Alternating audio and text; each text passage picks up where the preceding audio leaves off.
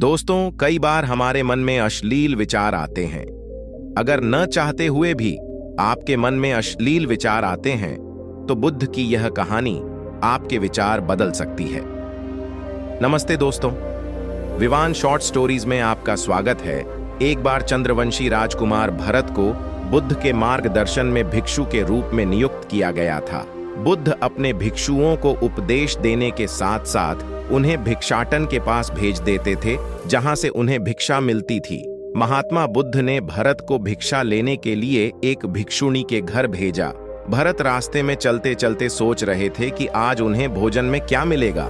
महल में हमेशा खाने के लिए स्वादिष्ट भोजन बहुतायत में रहता था, लेकिन आज हमें जो कुछ भी मिलता है उसी से काम चलाना पड़ता है। भरत श्राविका के घर गए और भिक्षा मांगी।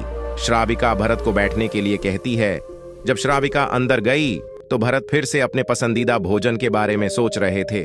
श्राविका भोजन लेकर आई तो भरत आश्चर्यचकित रह गए। अपना पसंदीदा भोजन देखकर भरत प्रसन्न हो गए। भरत भिक्षा लेने लगे।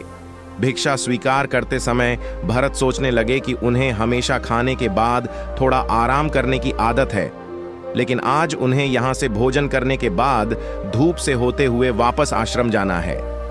भोजन समाप्त होने के बाद श्राविका ने भरत से कुछ देर आराम करने का अनुरोध किया। भरत फिर प्रसन्न हो गए। भरत ने अपनी सभी इच्छाएं पूरी होती देखकर कुछ देर के लिए सो गया।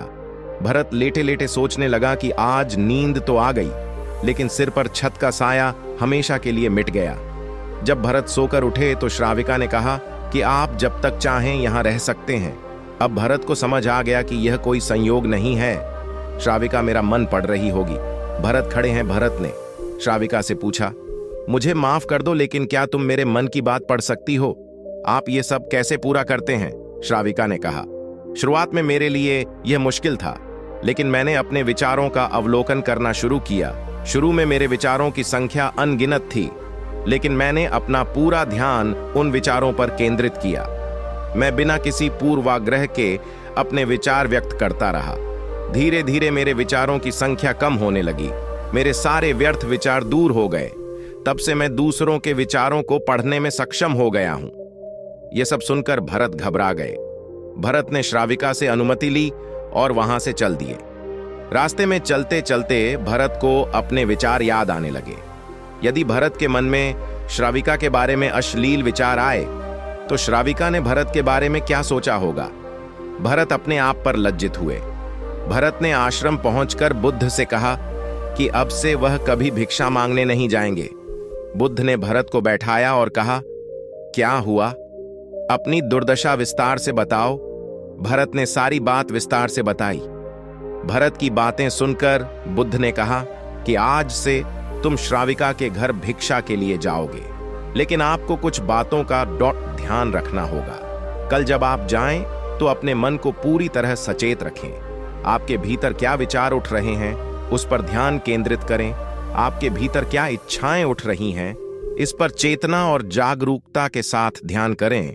यह सब ध्यान में रख कर जाएं और फिर मुझसे चर्चा करें।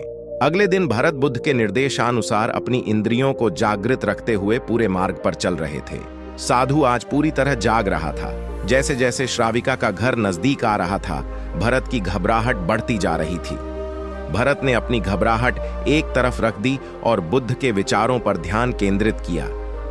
जब भरत श्राविका के घर पहुंचे तो उनके मन में केवल सन्नाटा था, जिसके भीतर कोई वासना, कोई इच्छा, कुछ अच्छा पाने की इच्छा नहीं थी।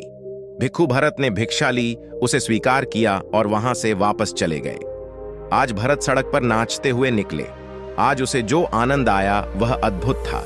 इस आनंद का अनुभव उसे पहले कभी नहीं हुआ था। भरत ने आश्रम में जाकर बुद्ध को प्रणाम किया।